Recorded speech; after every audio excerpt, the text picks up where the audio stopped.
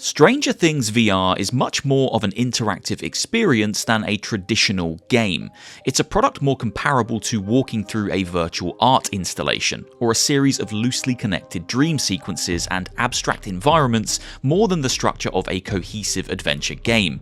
In fact, during my sub 3-hour playthrough, I found myself simply listening to dialogue and absorbing the atmosphere more than engaging with anything that resembled gameplay in the conventional sense. If you're heading into Stranger Things VR looking for an action-packed adventure game, then there's a good chance you'll leave disappointed. There are a handful of sequences throughout the game that see you using telekinesis to fling items from your environment at demogorgons and demobats, and some light platforming through strange fragmented worlds, but that's about as intense as the gameplay ever gets. However, an action-adventure game is certainly not what developers Tenderclaws set out to create here. If I was to compare it to any other game I've ever played, I'd say What Remains of Edith Finch is probably the closest thing I can compare it to. It's basically a walking sim punctuated by memorable moments from the first 4 seasons of the exceptionally popular TV show. And if you're a fan who's happy with a short experience that will teleport you into this iconic fantasy world, then Stranger Things VR is likely to impress more often than disappoint. At £22.99, Stranger Things VR feels perfectly priced. The campaign, which consists of 9 chapters, took me 2 hours and 40 minutes to finish on normal difficulty, and I ultimately walked away having enjoyed my time in this world. Despite being a relatively short experience, the attention to detail, unique art style, polish and presentation quality of the overall package ultimately justified the price of entry, and a few fan service high points throughout the campaign were enough to keep me happy despite the shortcomings of some chapters and sections. Outside of the 9-chapter VR campaign, there are also 2 optional mixed reality chapters that aren't crucial to the story but allow you to rip dimensional holes in your own environment, peer into the Upside Down from the comfort of your own room, and fight some of the horrific and iconic creatures that reside there. They're a cool addition that most will likely get a kick out of, but they don't offer much in the way of additional narrative and feel more like something that was added to the package as a way to simply showcase the Quest 3's pass-through and MR abilities. The question that I keep coming back to here is, would this experience be worthwhile to someone who hasn't seen the show? Or does it even work as a jumping off point for someone looking to get into the show? Now, my personal opinion here is no. I don't think this is the best introduction to the Stranger Things universe. It's a product that feels specifically designed for those who have watched the show in its entirety, and the disjointed narrative, which haphazardly moves between a few of the key moments in the Stranger Things story, will likely leave newcomers more confused than anything, as the game leaves out so much more than it puts in. Also, some of the show's best and most hard-hitting moments are showcased here in the game, with much less weight behind them, meaning you'd ultimately spoil some of the biggest moments if you were to play the game before experiencing the series, as you wouldn't have the same attachments to the characters that the show works so hard to create. Now, I am personally a pretty huge fan of the show. I've binged each new season upon release, and recently went to see the Vecna-centric prequel in London's West End, so I'm probably the ultimate target audience for a Stranger Things VR game.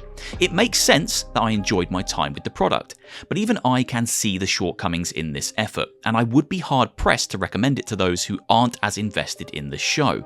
Some elements didn't quite land, some chapters felt a little bit like padding, and the overall path of the story felt quite random at times, bouncing wildly from beat to beat rather than really showcasing Henry's slow descent from troubled child into the big bad villain of the story, Vecna. In my humble opinion, this is a game that asks the audience to bring a healthy amount of Stranger Things knowledge with them to get the very best out of this experience. I've touched on it slightly already, but the overall gameplay loop of Stranger Things VR is very similar to that of a walking simulator.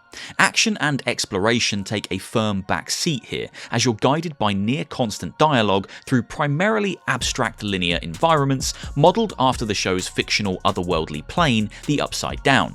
During your playthrough, you'll spend your time walking and climbing through bizarre environments, grabbing and flinging items with telekinesis, listening to lots of dialogue, and ultimately watching moments from the show play out in front of you. When I said it feels like playing through an art installation or series of dream sequences, I really meant that. Stranger Things VR throws you from moment to moment with little connective tissue, meaning you'll likely have no clue what's going on at times if you don't know the show. For those who do know the show, you are here to witness the story of Henry Creel and his descent into this alien world as he learns to harness his own power, shape the environment around him, and eventually transform into Vecna, the villain at the heart of the Stranger Things story. The 9 chapters in the campaign feel like a whistle-stop tour of some of Stranger Things' biggest story beats, shown from the perspective of the villain. We've got the possession of Will Byers, the attack on 11 in Hopper's cabin, the possession of Billy, the battle in Starcourt Mall, and the final confrontation and moments of Season 4.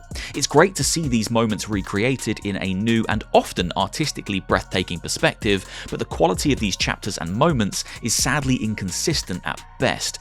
For example, the game starts strong, with 4 excellent chapters dedicated to the early moments of Stranger Things.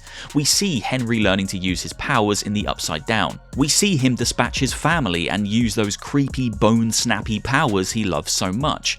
We get to seek out and isolate Will Byers from the rest of the Hawkins kids, identifying him as an easy target after attempts to infiltrate the others' minds aren't successful. We get a series of fantastic moments that look and feel so true to the show, and the pace of the game is snappy, moving from place to place, location to location, and never dwelling too long on a story beat. But then at the halfway point of the campaign, chapters 5, 6, and 7 to be precise, we enter into a period of far less interesting gameplay that feels more like padding than anything substantial. Chapter 5 is a lengthy section of plodding through different coloured variations of the Upside Down environments, hunting down a Demogorgon-style flower in each one. It's probably the most action-packed and gameplay-heavy portion of the game, but it slows the pacing to a crawl and attempts some light cat-and-mouse moments that don't quite land, meaning you'll likely fail and find yourself going in loops of the same areas multiple times without fully understanding why or how you failed. It feels much looser than the rest of the game, and the lack of player direction or clear objective could leave players feeling aimless and lost in this particular section. Chapter 6 is a similar affair, an artistic but slightly too long driving section that's used to show the possession of Billy from Season 3. However, the driving itself feels awful, and tuning the radio to listen to different slices of dialogue isn't enough to keep this section engaging. And then just as Chapter 7 feels as though it's about to do something really exciting, it ends up being around 60 seconds long for the entire chapter. Luckily, the game ends on a high note with the last 2 chapters, but I can't help but look back on my overall time with the game and think about the inconsistency of the experience. It has some great high points, and it feels like it had a clear vision for certain moments, but other chapters feel rushed, overly padded, or even a little aimless, which is a danger when making a game as narratively fractured as this one. Stranger Things VR ultimately feels like a love letter to longtime fans of the show. A new way to experience some core moments in the lore, and a way to get inside some of the most iconic locations. However, I didn't leave the game feeling like I had a better understanding of Henry or Vecna. The game's decision to take a more abstract, obtuse approach to storytelling results in a product that feels dreamlike and artistic more often than cohesive and structured. It's a game that feels more focused on nailing the vibe of Stranger Things' darker moments rather than nailing the excellent storytelling, and for me, someone who has consumed all the Stranger Things media I can get my hands on, that's fine. It was a fun little escape into a world I know and love, with a few fan service moments that really made me smile. But for those with little to no knowledge of the subject matter, I would strongly suggest watching the show first. The game is a whistle-stop tour of key moments, but these moments are best experienced in the original source material, where they've had time to grow, develop, and land effectively. They work in the game as a new way to view these scenes, but I fear without the context of the show behind them, they would fall flat for those who have no prior knowledge. Stranger Things VR isn't the action-adventure experience that some might be looking for when it comes to a Stranger Things video game. You won't be freely exploring Hawkins or hiding from Demogorgon's intense cat-and-mouse sections akin to Alien Isolation.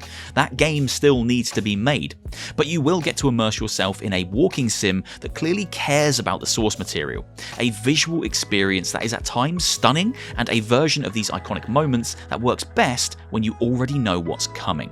If you go into this one expecting to immerse yourself in a few hours of immaculate Stranger Things vibes, you'll have a decent time. But if you expect anything deeper on a gameplay or lore perspective, you'll likely be left wanting more.